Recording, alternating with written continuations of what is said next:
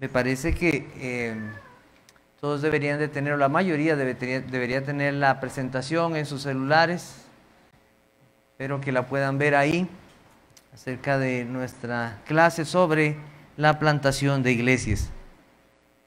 Entonces estamos en nuestro tercer punto, o tercera clase más bien, y vamos a abrir nuestras Biblias en Mateo capítulo 28, versículos del 18 al 20. Mateo 28, versículos del 18 al 20. Y Jesús se acercó y les habló diciendo: Toda potestad me es dada en el cielo y en la tierra, por tanto id y haced discípulos a todas las naciones, bautizándolos en el nombre del Padre, del Hijo y del Espíritu Santo, enseñándoles que guarden todas las cosas que os he mandado, y he aquí yo estoy con vosotros todos los días hasta el fin del mundo. Entonces, ya hemos considerado parte de este verso y hoy continuamos. Vimos que es la gloria de Cristo, su autoridad, su poder, que la iglesia es enviada a hacer discípulos y la iglesia da la gloria a Cristo en esa comisión, haciendo exactamente lo que el Señor le mandó a hacer. El Señor no es glorificado si la iglesia se desvía de este propósito que le mandó en esta comisión. Entonces, quiero retomar el último punto, la última parte que vimos el domingo pasado. Y en primer lugar diciendo que este id del cual nosotros hablamos y del que está ahí en el versículo 19 no tiene sentido si no es hacer discípulos. No tendría sentido. La frase en el original es, en el griego es, habiendo ido a haced. La gran comisión es que, yendo, se hagan discípulos de Cristo. Llevamos el mensaje del Evangelio para la gloria de Dios en hacer discípulos. Ese ir no tendría ningún sentido solo porque no es yendo a ser discípulos. Esa es la gran comisión, hacer discípulos. Y el pastor Eduardo compartió este comentario muy acertado, que lo tenemos ahí o que ustedes pueden verlo. Dice el imperativo, la gran comisión es discipular. El término que viene ahí es el imperativo en esta construcción gramatical. Los términos, habiendo ido, bautizándoles y enseñándoles, son participios. La función de estos participios es indicar la manera en que la gran comisión discipular se lleva a cabo, para que nosotros lo tengamos más claro. Entonces, como mencioné la semana pasada, humanamente esto es imposible, hacer discípulos. Nosotros no podemos hacer discípulos. Solamente el Señor puede hacer esa obra en los corazones. Pero la iglesia es comisionada en el poder y la autoridad de Cristo, teniendo el Espíritu Santo, para llevar a los pecadores el mensaje del Evangelio. Ese mensaje transformador. Este hacer discípulos nos hace ver o considerar que no se trata de simples expresiones de un credulismo fácil, sino una obra que involucra todo el ser. Hacer, o sea, esa persona tiene que ser un discípulo en toda su vida, no solamente en una parte o solamente porque simplemente lo expresa. Los discípulos son personas que creen el mensaje del Evangelio, son aquellos cuya fe y confianza en Cristo los hace obedecer todo lo que Cristo les mandó. La palabra discípulo, como lo vimos, es un aprendiz de Cristo. Y en la Biblia este término es también sinónimo de los creyentes. Vamos a buscar Hechos capítulo 15, versículos 3, versículos 7 al 11. Hechos capítulo 15.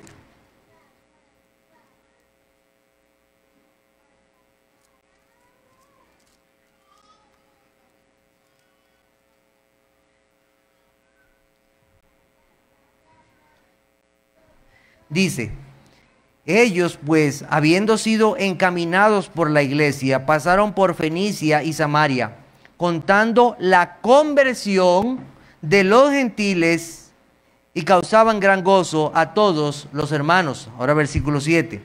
Y después de mucha discusión, Pedro se levantó y les dijo: varones hermanos, vosotros sabéis cómo ya hace algún tiempo que Dios escogió que los gentiles oyesen por mi boca la palabra del Evangelio y creyesen. Creyentes. Y Dios, que conoce los corazones, les dio testimonio, dándoles el Espíritu Santo lo mismo que a nosotros. Y ninguna diferencia hizo entre nosotros y ellos, purificando por la fe sus corazones. Ahora pues, ¿por qué tentáis a Dios poniendo sobre la cerviz de los discípulos un yugo que ni nuestros padres ni nosotros hemos podido llevar? Antes creemos que por la gracia del Señor Jesús seremos salvos de igual modo que ellos. Entonces, en el contexto de este pasaje vemos que son convertidos por el mensaje de ¿qué? El mensaje del Evangelio. Se les llama creyentes, y esos creyentes que son discípulos de Cristo. En ese sentido.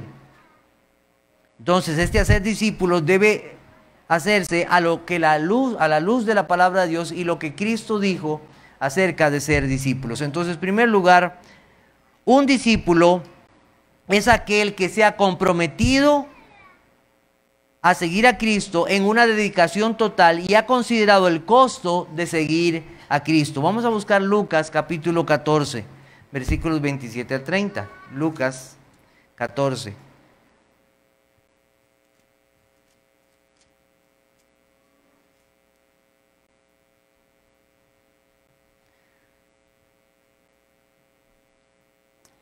Lucas 14, 27. Y el que no lleva su cruz y viene en pos de mí, no puede ser mi discípulo. Y ahora vean lo que viene. Porque ¿quién de vosotros, queriendo edificar una torre, no se sienta primero y calcula los gastos a ver si tiene lo que necesita para acabarla? No sea que después que haya puesto el cimiento y no pueda acabarla, todos los que lo vean comiencen a hacer burla de él, diciendo: este hombre comenzó a edificar y no pudo acabar. Entonces, el mensaje del Evangelio aplicado a los corazones de las personas no lleva a un cristianismo nominal. ¿Qué es un cristianismo nominal? Solo de nombre. Solo porque yo diga soy cristiano, soy creyente, soy discípulo. El cristianismo no involucra eso. Y aquí el Señor Jesucristo les habla y pone las cosas claras en cuanto a lo que es un discípulo. Un discípulo tiene un costo. Aquellos que han tenido que construir una casa saben lo que hay que hacer cuando uno se va a construir una casa. Tiene que sentarse a ver cuánto va a gastar, tiene que considerar todos los gastos, todo lo que se va a invertir, y eso lleva tiempo y lleva una seria consideración. Hay que hacer un cálculo, hay que considerar que no es nada más voy a hacer una casa y simplemente. No, tiene un costo, tiene un precio, tiene una demanda, y en el contexto de esto, Cristo habla de esto, que ser un discípulo de Cristo demanda seguirle y demanda morir a sí mismo, renunciar al pecado, a nuestra autojustificación y a toda mundanalidad. Hay quienes han creído que ser discípulo de Cristo es solamente un momento y no han comprendido que ser discípulo de Cristo demanda toda la vida. No se puede ser discípulo de Cristo a medias o dejar que aquello que nos estorba en seguir a Cristo todavía continúe en nuestras vidas. Calcula los gastos. Seguir a Cristo demanda esto, dejar esto o dejar aquello otro. Pero en sí, abandonarnos a nosotros mismos, dejar de confiar en nosotros mismos, abandonar todo pecado y entregarnos a Cristo.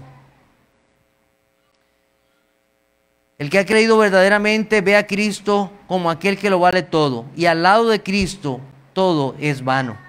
La iglesia lleva este mensaje glorioso de Cristo sin igual en el poder del Espíritu Santo y debe proclamar las virtudes de Cristo y hacer ver al pecador que no hay nada más valioso que Cristo, que no hay nada más valioso.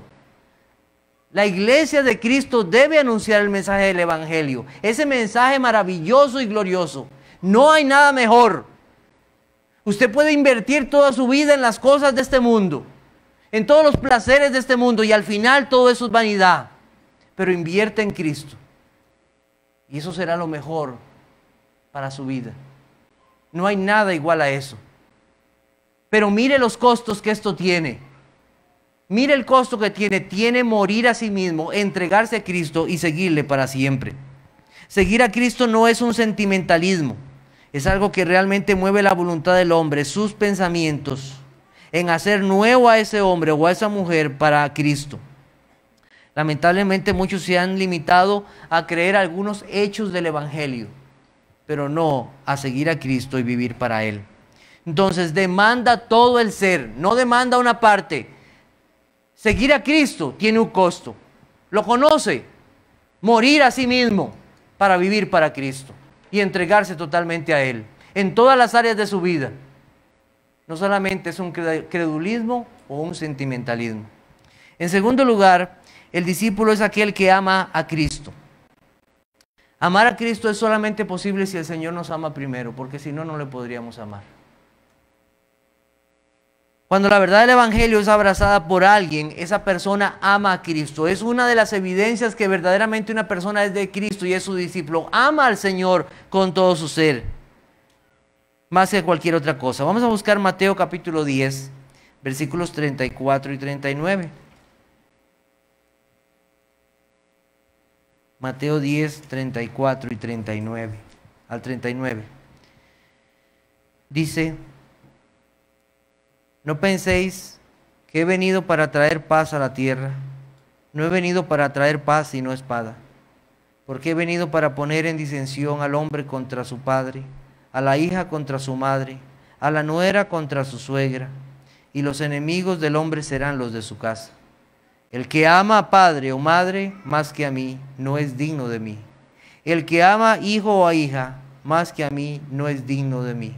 El que no toma su cruz y sigue en pos de mí, no es digno de mí.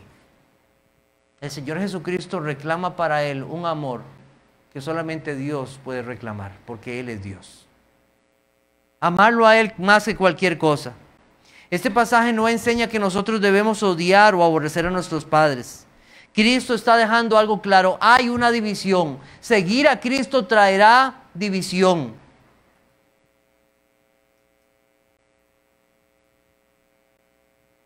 Los que son de Cristo no pueden ser incondicionales. O sea, no hay condiciones para seguir a Cristo. No hay condiciones. Quiero amar a Cristo, pero quiero seguir amando aquello. No.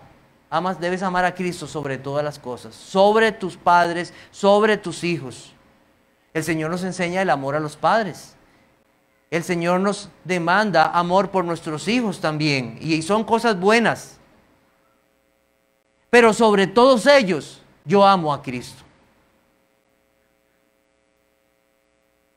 Tal vez nunca hemos sido puestos en una situación en nuestra vida difícil, en la cual tengamos que confesar a Cristo, y eso demande la muerte de nuestra esposa, nuestros padres o nuestros hijos. Pero ha habido personas en este mundo a quienes se les ha demandado: si usted confiesa a Cristo, su familia va a ser muerta. Y ha habido a través de los tiempos hombres o mujeres valientes que han mostrado que aman más a Cristo que cualquier cosa en esta vida.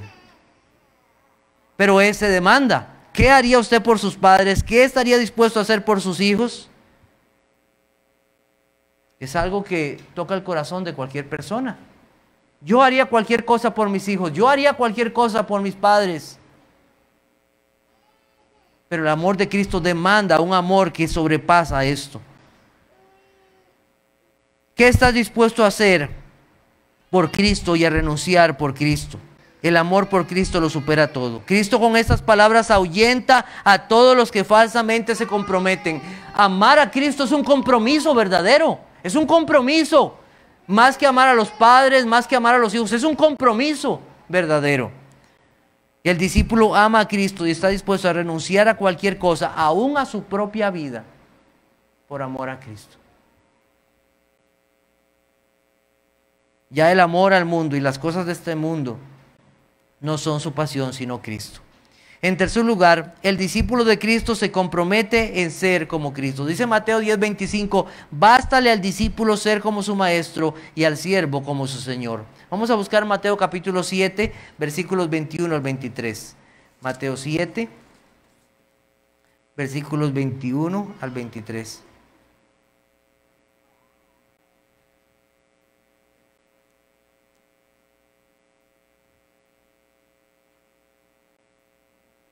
Dice: no todo el que me dice Señor, Señor entrará en el reino de los cielos, sino el que hace la voluntad de mi Padre que está en los cielos. Muchos me dirán en aquel día, Señor, Señor, ¿no profetizamos en tu nombre? Y en tu nombre echamos fuera demonios, y en tu nombre hicimos muchos milagros. Y entonces les declararé, nunca os conocí, apartaos de mí, hacedores de maldad. Una confesión simplemente hecha no hace que una persona sea un discípulo.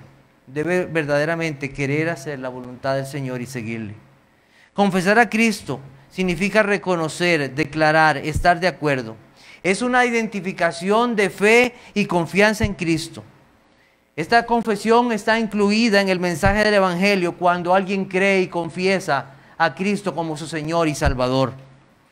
Los hombres, cuando han nacido de nuevo, esto es algo que confiesan. Vamos a buscar primera de Juan, capítulo 4, versículo 15.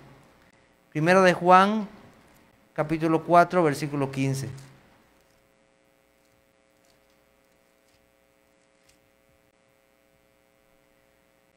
Todo aquel que confiese que Jesús es el Hijo de Dios, Dios permanece en él y él en Dios.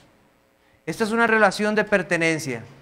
Este confesar no es confesar simplemente de boca, es un confesar verdaderamente que Cristo es mío y yo soy de Él.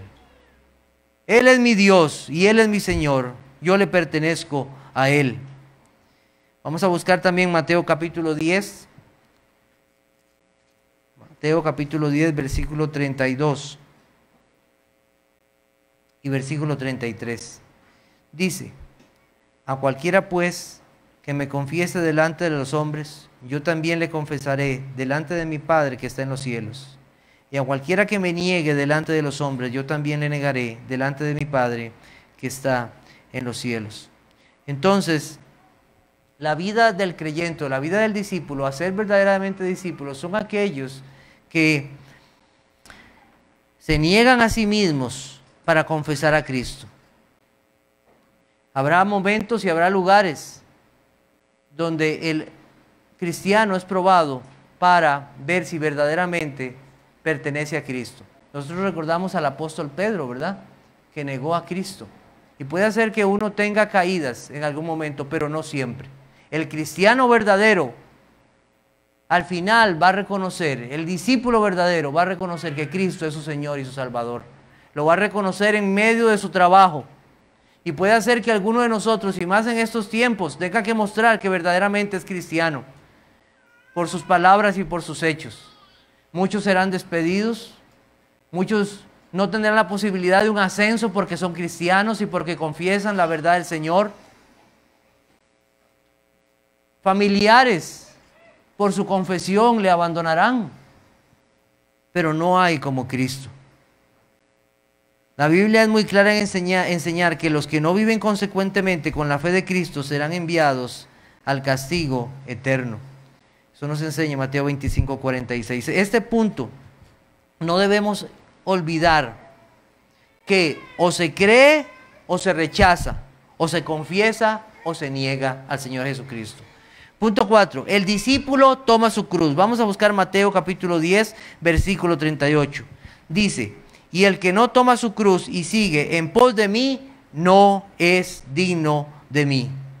El que no está dispuesto a perder su vida por seguir a Cristo no es digno de Él. Lucas capítulo 12, versículo 47. Lucas capítulo 12, versículo 47.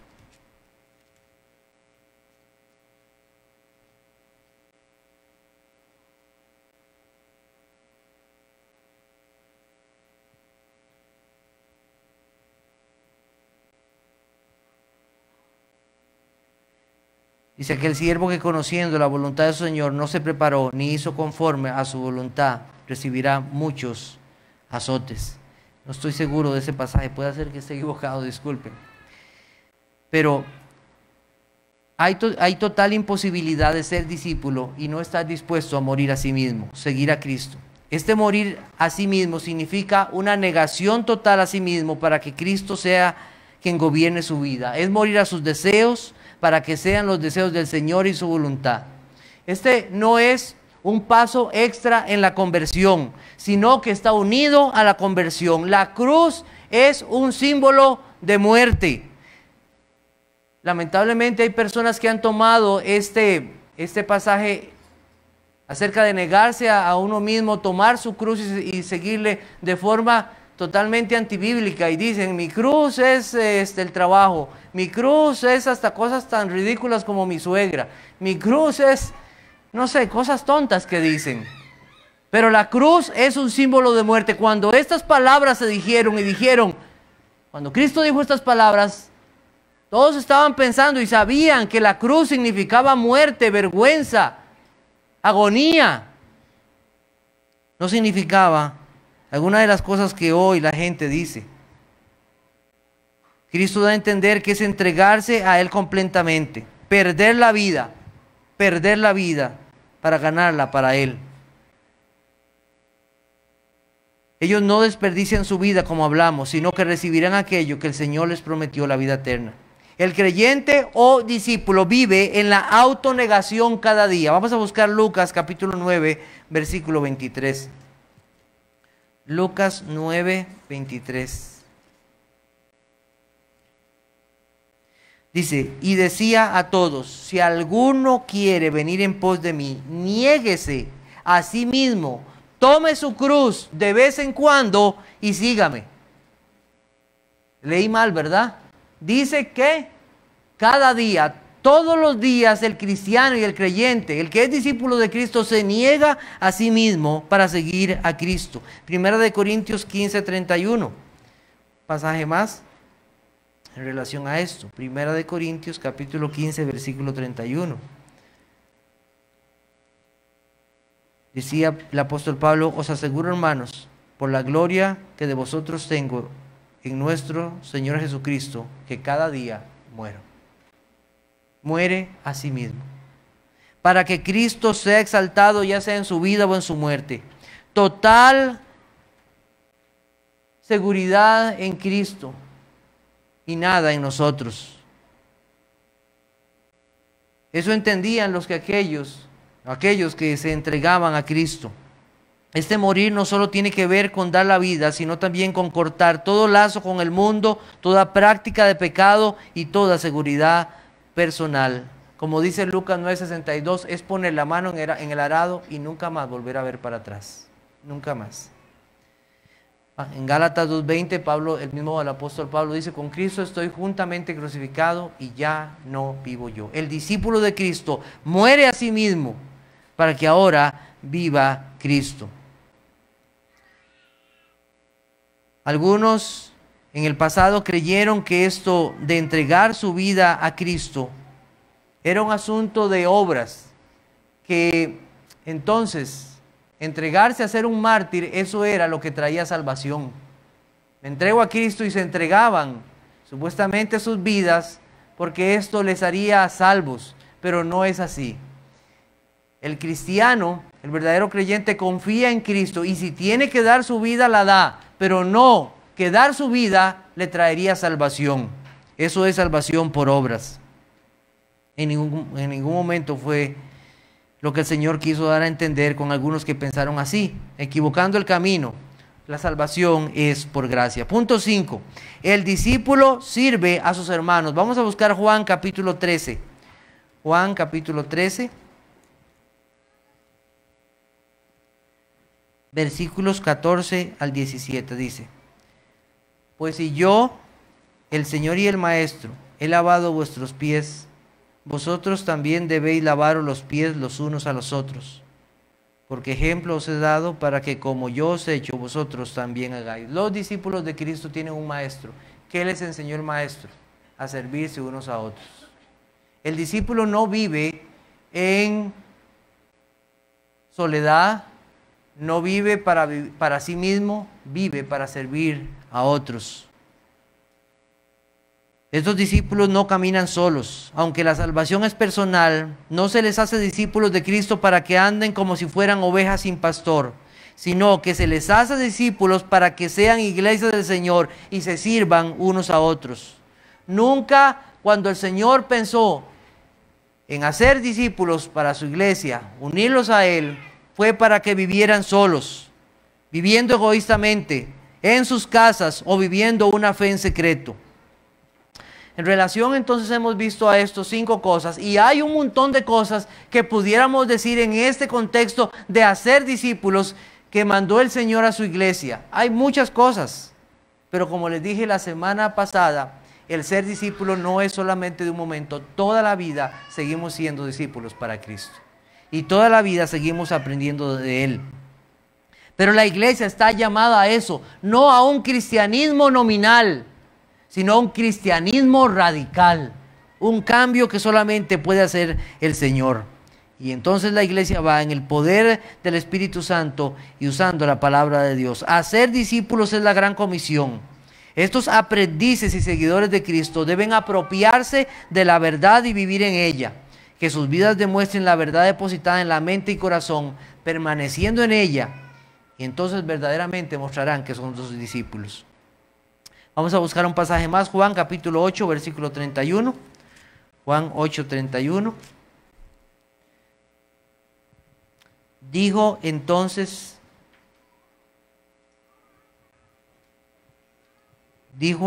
Jesús a los judíos que habían creído en él en Juan 8, 31. Si vosotros permanecéis en mi palabra, seréis verdaderamente mis discípulos. Una permanencia en Cristo. No solamente decirlo, sino vivir y permanecer en Él.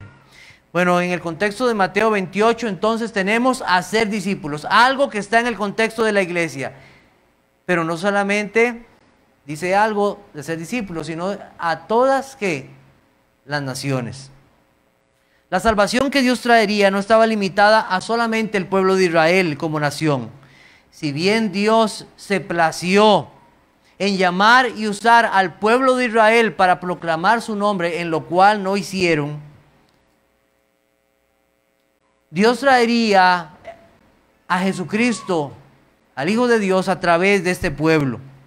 Y el Señor tuvo misericordia a este pueblo, trayendo a ellos aquella promesa que había sido a Abraham. Y no solamente a ellos, sino a todas las naciones para bendición. Cristo anunció su mensaje de salvación no solamente a los judíos, sino también a todos aquellos que los judíos despreciaban. El Señor predicó a los samaritanos, los cuales los judíos odiaban. Jesús llevó un mensaje de salvación para todos. Y nosotros recordamos en Juan capítulo 12 cómo unos griegos llegaron para buscar a Cristo. Y en ese momento Cristo habló de Él como esa semilla que caería en la tierra y llevaría mucho fruto.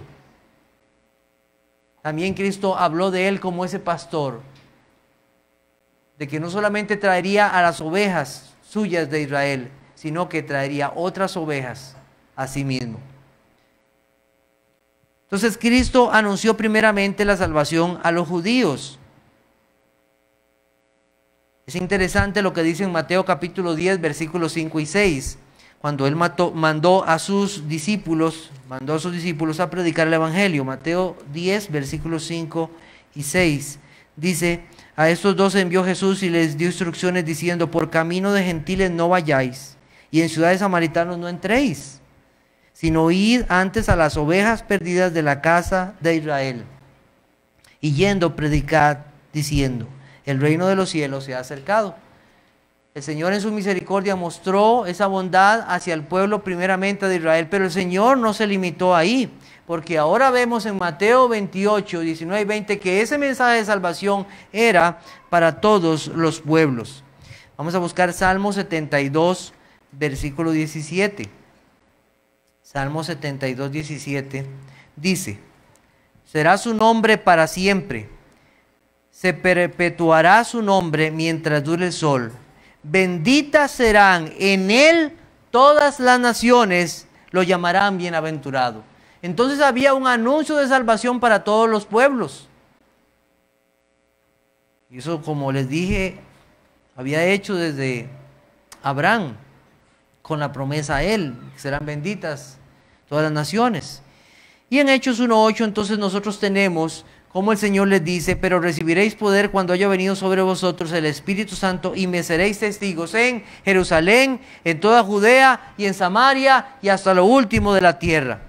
El mensaje del Evangelio en Romanos 1:16, porque no me avergüenzo del Evangelio, porque es poder de Dios para salvación, primeramente, ¿a quién? Al judío y también al griego. En Juan 10:16, como les dije, también tengo otras ovejas que no son de este redil, aquellas debo traer y oirán mi voz y habrá un rebaño y un pastor. Entonces, en primer lugar, la salvación que Dios traería a las naciones estaba basada en lo que Él hizo, en su obra de eterna salvación para muchos pueblos. No solamente un pueblo, sino que Él haría reconciliación. Vamos a buscar Colosenses capítulo 3, versículos 10 y 11. Colosenses capítulo 3, versículos 10 y 11. Dice: y revestido del nuevo, el cual conforme a la imagen del que lo creó, se va renovando hasta el conocimiento pleno, donde no hay griego ni judío, circuncisión ni incircuncisión, bárbaro ni escita, siervo ni libre, sino que Cristo es el todo y en todos, y eso es la iglesia. Una iglesia conformada por gente de diferentes lugares, de diferentes naciones, hombres que se odiaban y que se mataban unos a otros, ya no, unidos en Cristo. En el contexto de esto de Colosenses tal vez nosotros no podríamos entenderlo, pero los bárbaros eran bárbaros. Los escitas eran hombres despreciables. Sentarme yo con estos siervos, yo siendo libre. Pero Cristo anunció salvación para todas las naciones, para todas las lenguas, todos los pueblos, todas las razas. Vamos a buscar también Gálatas capítulo 3, versículo 28. Gálatas 3, versículo 28. Ya no hay judío ni griego, no hay esclavo ni libre, no hay varón ni mujer, porque todos vosotros sois uno en Cristo. Una salvación anunciada para todos los pueblos. Cristo logró la paz, la reconciliación, y su salvación no era solamente para judíos. Un solo pueblo, una sola familia en Cristo, según nos dice Efesios capítulo 2, versículo 11. Efesios capítulo 2, versículo 11. Dice: por tanto, acordaos de que en otro tiempo vosotros los gentiles, en cuanto a la carne, eras llamados sin circuncisión por la llamada circuncisión hecha con mano en la carne. En aquel tiempo estabais sin Cristo, alejados de la ciudadanía de Israel y ajenos a los pactos de la promesa, sin esperanza y sin Dios en el mundo. Pero ahora en Cristo Jesús, vosotros, que en otro tiempo estabais lejos, habéis sido hechos cercanos por la sangre de Cristo. Porque Él es nuestra paz, que de ambos pueblos hizo uno, derribando la pared intermedia de separación. Un solo Dios, un solo pueblo, a todas las naciones, por Cristo Jesús.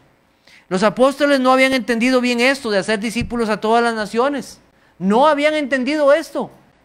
Vamos a buscar un caso que es el de Pedro en Hechos capítulo 10. Hechos capítulo 10. Bueno, a Pedro se le muestra una visión, los lienzos que bajan con animales, y él dice: no, ¿cómo voy a comer esto, Señor? Esto es inmundo. Y el Señor le dice: no llames inmundo a esto, lo que yo he limpiado. La misma visión se le muestra a Cornelio. Y vamos a ver qué es lo que dice entonces, en su resumen, a la iglesia, de lo que el apóstol Pedro vio y todo eso.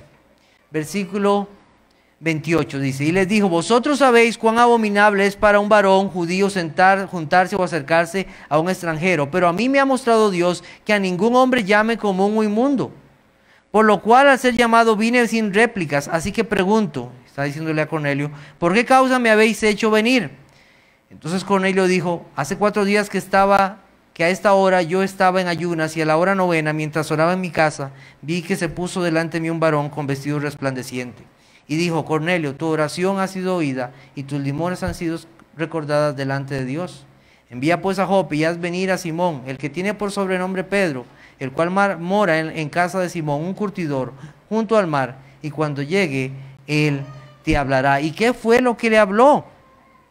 Versículo 34. Entonces Pedro, abriendo la boca, dijo: en verdad comprendo que Dios no hace acepción de personas, sino que en toda nación se agrada del que le teme y hace justicia. Y entonces comienza a predicarles el evangelio de nuestro Señor Jesucristo. No hay acepción de personas. A todas las naciones. Pedro no había entendido esto. No lo había comprendido. Que es a toda nación, a toda lengua, a todo pueblo, a toda persona. Nosotros vemos en los primeros capítulos de Hechos que hay muchas conversiones, muchos son agregados al pueblo del Señor, pero no estaban yendo a otros pueblos. Todos estaban quedando en Jerusalén, absolutamente todos, ahí en Jerusalén. Y el Señor ya les había mostrado. Cuando el Espíritu Santo vino sobre el apóstol Pedro para predicar el evangelio, él anunció estas verdades. Nos dice también que ahí en Pentecostés las personas comenzaron a hablar de Cristo y gente de diferentes lugares y naciones comenzaron a hablar en el idioma, y la gente les escuchaba en sus propios idiomas. Cristo estaba anunciando que ese evangelio era para todas las naciones, no solamente para el pueblo de Israel.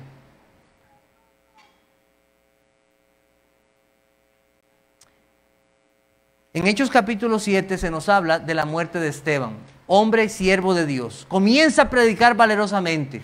Los judíos, retorciendo los dientes, no pudieron escucharle más y le apedrean y lo matan. ¿Qué pasó con esto? Vamos a buscar Hechos capítulo 11, versículo 19. Hechos capítulo 11, versículo 19.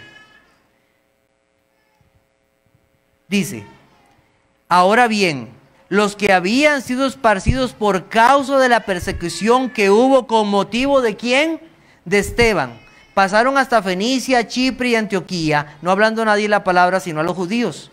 Pero había entre ellos unos varones de Chipre y de Cirene, los cuales, cuando entraron en Antioquía, hablaron también a los griegos que, anunciando el evangelio del Señor. La muerte de Esteban fue usada por el Señor para una persecución. ¿Para qué? Para que ellos fueran y hablaran el evangelio. Lo mismo fue el apóstol Pablo. El Señor levantó a Pablo como apóstol para que llevara el evangelio a las naciones. Y de esto vamos a hablar más tarde. Entonces, en ese sentido, en estas dos cosas, primero, Cristo cumplió la promesa de salvación en su nombre a dar salvación y en él un pueblo y Señor. No hay acepción de personas, naciones y pueblos reunidos en Cristo. Y vamos a todo pueblo y tenemos que ir a toda nación y a toda persona. Y eso ya en este punto debe hacernos pensar en algo. Tal vez no hemos ido a lugares lejanos del mundo. Tal vez países que no podemos ni pronunciar el nombre. Pero le pregunto, ¿está haciendo usted acepción de personas con alguien? Está diciendo, a ese no le predico porque es muy malo. A ese no le predico. A ese sí le predico porque parece que es buena gente. La Biblia nos manda a predicarles a todos y llevarles el evangelio. No importa quién sea. A ese que parece a nosotros que no merece. No sabemos si el Señor lo ha llamado. Entonces no debemos hacer acepción de personas, sino saber que el Señor tiene pueblo. En segundo lugar, el Señor determinó que se debía salir a las naciones a predicar el evangelio y no quedarse en un solo lugar. Y en este contexto nosotros vamos a estudiar el libro de Hechos en unas lecciones más. Pero quiero decirles antes de terminar esta clase lo siguiente. Esta iglesia, para los que no saben, tiene alrededor de 40 años. Cuando esta iglesia se fundó, no se fundó como una iglesia, sino primeramente como una misión. Y dependíamos, por decirlo así, de otra iglesia. Muchos, y eso por un mal entendimiento de cómo deben ser las cosas. Pero esta iglesia pasó casi 25 años, más o menos 25 años, sin verdaderamente llevar ese evangelio de Cristo a otros lugares y a otros pueblos. Aunque se hicieron estudios bíblicos en muchos lugares, no hubo un claro entendimiento de que como iglesia del Señor debíamos llevar el evangelio. Hace unos años el Señor nos permitió la bendición de establecer la iglesia en Barranca. Qué bendición fue para nuestra iglesia hacer eso. Y ha sucedido muchas veces que la iglesia del Señor se queda estancada y varada. Y saben, hermanos, el Señor nos está moviendo aquí las columnas. No podemos seguir más así. Han pasado ya muchos años como iglesia de que no hemos ido a plantar más iglesias. Y no hemos sido obedientes en este llamado del Señor. Si nosotros entendemos, y por muchas cosas no se dieron como debían de darse, aunque muchos siervos de Dios buscaron esto. Hermano Steve Henning fue una persona que buscó verdaderamente, pero no se dio en su tiempo. Pero ahora el Señor nos está llamando una vez más a ir y plantar iglesias. Que el Señor bendiga estos propósitos, porque es ser obediente a Él. Y Él bendice lo que Él ha mandado. Entonces debemos ser obedientes a su voz. Esa labor está empezando aquí en Costa Rica. Puede ser que el Señor y quiera Dios que nos permita tener iglesias sanas en todos lugares aquí de Costa Rica. Y gracias a Dios, porque también hay otros hermanos que están predicando. Pero ¿por qué no solamente Costa Rica? ¿Por qué no pensamos en Centroamérica? ¿Por qué no pensamos en otros países? Para cada generación debe haber una iglesia verdadera y fiel. Es un llamado actual no solamente a la iglesia de los Lagos, sino a toda iglesia fiel de Cristo. Así como la muerte de Esteban y la persecución fue usado para llevar su evangelio, puede hacer que Dios use otros medios para hacernos entender nuestra gran necesidad y deber de obedecer a Cristo. La otra semana continuaremos con bautízales o bautizándoles en el nombre del Padre, del Hijo y del Espíritu Santo. Que el Señor les bendiga, hermanos.